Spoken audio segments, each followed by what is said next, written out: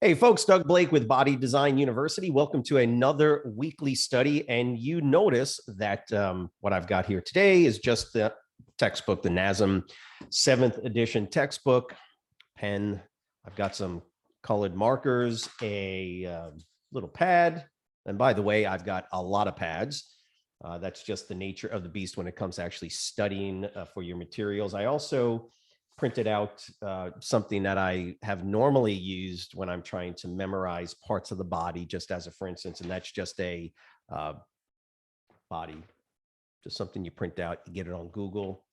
By the way, all the resources you need, we have for you, but there's going to be a couple of other things that might help you. For instance, Googling a picture of a body where you can draw, write down, whatever, when it comes to memorizing muscles.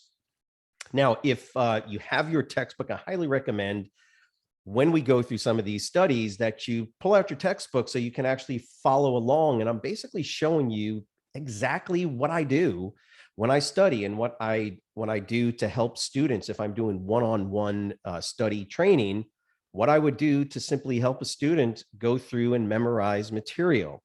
Okay, keep in mind, I just used the critical term here, which is memorization. And if you don't memorize the material, it's very difficult. You're guessing when you hit one of the exam questions. And so just keep that in mind. The goal here is to memorize the information. Now, as I'm constantly scrolling through the Facebook group, that's what we see a lot of. And that's the way it should be, is that folks are trying to figure out better ways, or initially ways, to actually memorize information. Now, in one sense, your goal, and I've said this, 1,000 times, is the goal is to memorize everything in the book. I mean, probably not going to happen, obviously, but that is, in one sense, that is the goal. The first question that I'm going to ask you is, how much time do you have before you sit for your exam? That's probably the most critical question that you have to answer for yourself. And one of the things to keep in mind is that your study strategy changes based on how much time you have to study. In other words, somebody that has 1 week, and I see it all the time, for whatever reason, life has gotten in the way, things have happened, and you only have a week before you're coming up to your expiration, 2 weeks, whatever the case is, and you got to get this studying. Any tips, any tricks, any things I need to specialize on with the material? And the answer is, well, yeah, sure. I mean, NASM obviously hones in on certain areas and doesn't focus a whole lot on other areas. So that's really the primary question you need to ask yourself. Now, at Body Design University, we recommend 60 to 90 days of consistent study, up to an hour, whatever, per day. Considering all the things that you have going on in your life, if you could do that, then you would probably do well in memorizing the material and passing the exam. But again, keep in mind, it's all about how much time do you have. That is the primary variable. Then there is another variable that is critical, and that is what we call your learning style, or the way that your brain operates to access and memorize input information and data so that it can be regurgitated, so to speak, when it comes to taking a test. When you have those two elements in play, and I've got 1 month to do this, and I'm starting from chapter 1, and you got to get through 23 chapters plus the appendices, if you're going to study those, that helps you out a little bit. Now you can figure out a schedule, and you won't be flailing around like a chicken without a head. However, even if you've got 4 weeks to study, or 1 week, or 4 months to study, that's just part of it. Because if you don't know what your learning style is, if you're spending an hour every day and you're not memorizing the material, then it was completely ineffective and inefficient. So the assumption is, from a studying perspective, that you kind of know the best way to study. And if you don't, that's the first question you got to ask yourself. So are you visually oriented? Do the colors of the pictures, does that help you? Can you read and rewrite it and actually memorize that material? Do you need to draw? Do you need to physically, use colored markers, which, by the way, I highly recommend. It helps me a tremendous amount. Or do you have to kind of hear it while you're doing it? Well, that's fine also. There's any number of ways that you can um, engage the material to memorize it, but you got to figure that out. So my recommendation is now, as you're going through this video today, is to have your textbook, 7th edition. Look, you could pass with the 6th edition, I guess even now. I just don't recommend it. They made a number of changes. NASM made a number of changes from the 6th to 7th edition, which made the 7th edition, the material, way more, in my opinion, sort of academically, study-wise, accessible, so you can memorize it. But as far as the content, some of it's changed a little bit. But I know folks that have told me, students that have told me that, yes, they actually studied from the 6th edition and they still were able to pass it. But again, I recommend 7th edition. And in looking through the Facebook group, I just noticed that there are lots of questions on the muscles. So how do I memorize the muscles? Take a step back for a second. You don't have to memorize the names of all the muscles from a testing perspective. Do they ask questions? Of course they do. However, don't go into Appendix C and put the pressure on yourself to memorize every single muscle. Now, with that said, I'm always walking a tightrope here when I say do this or don't do this. It's simply because not everything that you're going through in this textbook is going to be represented on the test. But I will guarantee you that there are certain emphasized areas and certain emphasized muscles. And so that's what I wanted to kind of go over with you today, because again, looking through, I've seen some posts now that are just, how do I memorize the muscles? And my answer is, well, I can explain it to you. Here's what you need. Take a step back and write the muscles down, draw them just as a for instance, and that might be helpful.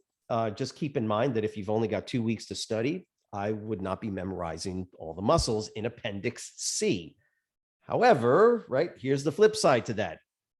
Appendix C is a very well laid out listing of all the critically important muscles that personal trainers really should know. I'll give you, for instance, well, let me do this for you. I'll show you the way I generally try to memorize material when it comes down to anatomy, physiology, or how I have memorized it before. I've always got a pad and I simply start writing the names, or I put them into some sort of cohesive grouping. And NASM has already done that for you. Okay, so in Appendix C, just as you're going through this, Appendix C gives you a breakdown. They give you a breakdown from the lower leg, just as a, for instance, lower leg musculature. What would you do? Well, folks, it's not sexy, but this is the way it works. Go ahead and look at it and rewrite it. And I'm going to do it for you as we're going through this. So I would literally write lower leg, and I know what you're saying. Oh, do I have to write it? Reading is not studying. Doing this and looking is not how you study. That is the beginning of studying. Here is where you got to study, especially when it comes to memorizing the names of muscles, for instance. You got to have the pen. You've got to have something to write with. By the way, even if you're an audiological learner, primary, see, this is where it can be a little confusing. We always talk about audiological learners, visual learners, tactile learners. Yes, however, we are all going to use all 3 or 4, depending on who you talk to, right? The experts of learning. And so you got to remember, I don't care who you are. I don't care what your primary learning style is, get a pen and start writing. Yes, I know your hands are going to cramp up because you're used to doing this on your computer. No. Physically use the pen or the pencil. And once again, I know what the reality is. Well, those of us at my age, that's the way remember, we didn't have computers when I was growing up. So point is, did I date myself? The point is reading it and then the physicality of writing it is going to help embed it into that gray matter of yours. Please trust me on this, please. So lower leg musculature, and I'm just going to do it like this. Keep in mind, there's a reason why I have all these pads. It's because as soon as I finish writing and using up all my paper, anterior tibia, I'm going to write down the name of all of those muscles in the lower leg musculature, lower leg, anterior tibialis, posterior tibialis. By the way, don't do anything yet. Memorize the names of the muscles. By the way, if you already know the names of muscles, then you don't have to rewrite them, obviously. Some folks just are not aware because you haven't been in the training world, or you haven't been even in sort of a semi-clinical scenario. You don't necessarily know what the anterior tibialis. Now, I learned it as the tibialis anterior. Doesn't really matter, right? But it is the primary dorsiflexor in the lower leg. You don't have to know that yet. Just memorize the names, write them down over and over. Then what you do is go ahead and take one of your little, right? Just make a whole bunch of copies of this. And I simply write and I draw right here and I write it down again, anterior tibialis. And it's kind of, I can draw it in here. I can use my colored pen and there you go. And that's my tibialis anterior. If I say tibialis anterior enough over time, I'm going to be dreaming about it. You won't be able to forget it. How about that? Yeah, there's stuff I wish I could forget about names, parts of your body, muscles. You don't need to know all of these muscles, although some of them are pretty important. Anterior, posterior, tibialis. I move over. Again, what NASM has done for you in Appendix C, hamstring complex. Stop for a second. Let me ask you a question. Do you know where your hamstrings are? If you do, you're kind of halfway there in one sense. If you don't know where the hamstrings are, well, that's why you're going to spend a whole lot more time in here. Do you know what the three muscles of the hamstrings are? Some of you actually already do. You knew it before you picked up the textbook. You knew it because you work out and you've read something online, biceps femoris, right? Semitendinosus, semimembranosus. How do I memorize those? Because I've been saying those words over and over and over for it's going on 35 years. Well, if you do something for 3 decades, it's going to become, you can't even forget it, but you can now memorize it in a very short period of time. So I'm going to write it down. Hamstring, lower leg, hamstring complex. Take your time, step back and take your time. The amount of time you spend reading and then rewriting it is going to be efficient. That is an efficient way to do it. If I spend 10 minutes reading and reading, see what I'm doing? I'm reading the material. For the most part, I haven't retained any of it.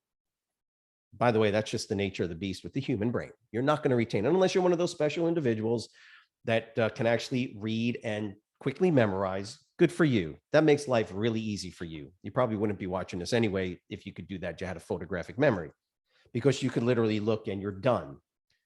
In Appendix C, NASM did a great job because of the pictures that they use, and they show you exactly in yellow, right? You guys can see this in yellow if you have your textbook in front of you. It shows you the muscle. Just, again, write down the muscle, the name of the muscle, so you actually can say, or at least memorize the name of the muscle. For the most part, if you already know the abdominal musculature, then go past it. Right? External oblique, rectus abdominis, internal oblique, transverse abdominis, diaphragm. Do you know those? If you know the names of those, but you don't know what they do exactly, that's okay. That's the whole point of studying, is to do this methodically so that once you memorize the names of the muscle in those particular areas, okay, stop for a second. What were the first two muscles we talked about in the lower leg? Don't look at your textbook. It's a test. Exactly. Anterior tibialis, posterior tibialis. Congratulations. What was the hamstring? Don't look. What was the hamstring complex? Biceps femoris, long head, short head, semimembranosus, semitendinosus. Okay. I don't know why I remembered those early on. I just thought they were really cool names. Semitendinosus. Very cool. Quadriceps. Don't look. Do you know the names of the 4 muscles that make up the quads? If you do, then move on. Again, a lot of the material you probably know. And if you don't, that's fine. Then you're going to study. Now we get to some of the more, I don't know, I hate to use the word esoteric, but these are the names of some of these muscles, the adductor longus, the adductor brevis, right? For the most part, magnus. We don't necessarily memorize these, or we haven't. So hip musculature, see what I'm doing? I'm literally sitting here writing hip musculature, and I'm writing adductor. This is what you're doing. When you say you're going to spend an hour studying, this is what you're doing. Once you use up and you've listed everything, and don't waste any paper. Come on, use the back. Seriously? Use the back. Don't just throw away all that paper. Do it again. Lower leg musculature. You know, the funny thing is if you do this over and over and you literally spend 20 minutes, get up, walk around, take a break, do some push-ups, come back and do it again, you're going to have a difficult time forgetting it. How about that? And then all of a sudden, when you look at a quiz question or question on one of the practice exams, all of a sudden, it's like, man, I can't not forget that. Okay. So vastus, intermedius, rectus femoris, lateralis, medialis, right? They call those the vastus group, right? The vastus, medialis, lateralis. Intermedius is the way, normally you would have heard it. So vastus intermedius and the rectus femoris. Do not worry about what they do yet. If you know what they do, good for you. But just memorize the names of the muscles. Adductor magnus, we've gone over that. Here's a couple of really cool muscles. Just by the way, I think it's really neat. The longest, technically, as far as length goes, the longest muscle in the body is the gracilis. Then there's other muscles like the pectineus. They're just really cool to say. And then the gluteal group, medius minimus maximus. Then again, I don't have to go over all these with you, do I? Just write them down. The psoas, iliacus, or the iliopsoas complex, we call it, sartorius. By the way, I made a mistake. I didn't mean to tell you that the gracilis was the longest. It's actually the sartorius. Big mistake on that one. I apologize. Your sartorius muscle. See, even I can make a faux pas. Your sartorius muscle is the longest lengthwise. Longest muscle, although the gracilis is pretty long as well. You go through all of these muscles, abdominal musculature, and you write them down. At that point, once you've done that and you've gotten through all of these, and this is Appendix C. By the way, I had it opened up here at chapter 16 to kind of show you where you can kind of get ahead of the game. You see, in chapter 16, and this is one of the things that I noticed, was that some folks were asking about core progressions and regressions, and we can talk about those for sure. But in chapter 16 on page 515, you have a table, 16.1. Well, now wait a minute. Table 16.1 is going to have muscles that are very similar to what you have in page 676, all the way beginning from the beginning of Appendix C. Now, some of them aren't in there, of course, such as the rotators, but you have these other muscles that are already in Appendix C. So if you go to chapter 16 on page 515, You look and you see examples of local and global core muscles. Well, look, they literally put the same photos that you're going to find in Appendix C on those particular muscles. So you don't have to worry about that. In fact, you're better off going to Appendix C anyway, because Appendix C is going to tell you more specifically. Now, the primary actions, let me give you the multifidus, for instance, which is the second one. Stabilize, extend, and rotate spine, primary action. Okay, you get that from chapter 16. But the multifidus is actually spoken to. I always want to say multifidus for some reason. It just seems more appropriate. So if I go into Appendix C and I look for the multifidus muscle, it's in here somewhere. Multifidus, once you get to it on page 870, the multifidus, it's going to give you a more in-depth explanation of the muscle. So the multifidus is here: stabilize, extend, rotate spine. It has concentric, eccentric, and isometric functions. So the point is that when you're going through, if you're trying to memorize the muscles, you don't have to worry so much about these guys so much, because they are already explained in Appendix C in depth, a little bit more in depth. So that saves you just a little bit of time with respect to that. So again, the goal today was to kind of help you to understand, again, some basic study techniques.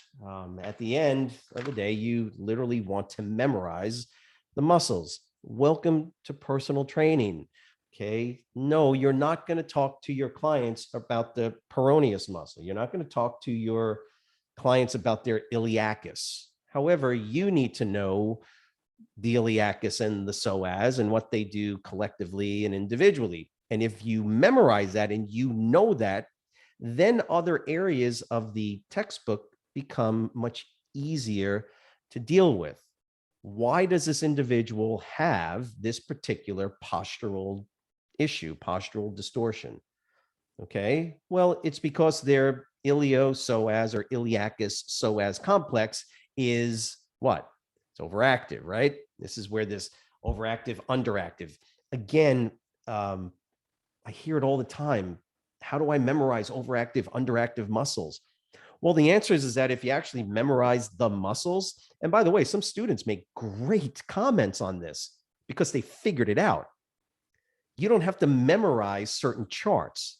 If you were to memorize the muscles and what they do, it becomes a whole lot easier to understand why the musculoskeletal system is being pulled, or muscles that are lengthened and underactive, why they're doing and allowing positional changes of the skeleton to occur. That's when you start to say, oh, because the hamstrings complex does this, or the long head of the hamstring, or the long head of the biceps femoris does this. Well, that makes sense. No wonder the pelvis is being tilted this way or that, whatever the case is. So it goes a long way to memorize the muscles if you have the time. If you only got a week or 2 weeks, then by sure, your best bet is to go and memorize some of these tables and charts, because that's the way the questions are generally going to be asked on the NASM test. So just keep that in mind. If you have any questions, you can go ahead and let me know below. You can subscribe as well. Our goal ultimately is to help you to pass the NASM exam on the first shot. And if you didn't on the first shot, or even on the second, I've actually noticed a couple of folks saying they've taken it twice. Well, look, if you failed it the first time, whatever that is, please keep in mind, they will give you, NASM should give you, especially if you took it I think they're still working on trying to get it at the at-home scenario. But if you took it at an actual facility, they will give you the domain breakdown. Know the domains that you did not do well in. Once you do that first, if you take the first test and you fail, they'll let you know. And if they don't, well, then you got to figure out yourself what the situation was with some of the questions and the material. But remember, The NASM exam is based on a six-domain system. And so each one of those domains has a certain number of questions that are represented from the textbook. The goal, of course, is to try and memorize as much as you can. But look, today, the muscles, memorize the muscles, use what you need to. I'm just showing you over and over the techniques that have worked for thousands and thousands of our students that have gone through not only the BDU course itself, which, by the way, we highly recommend our live course to help you even after you take the NASM exam, to learn how to actually train people. Be a great idea. Use colored markers, anything. Use your pictures, draw on them, and of course, read it, write it, say it out loud, read, write, recite. That's the methodology that's kind of a standard study technique that we definitely recommend. And then you do it again, and then again, and then again. And when you do it over and over and over, guess what happens? You will start to memorize it. You won't be able to forget it. Again, I hope that this weekly study was helpful. We will continue to talk about study techniques, and in particular, those areas where on the Facebook group, if you're posting in there, that we're going to take a look at and really try and nail the issues that y'all are having, and more than happy to do that. So just let us know how we can help you. And thanks for coming on board this week. We will see you next weekend. Thanks.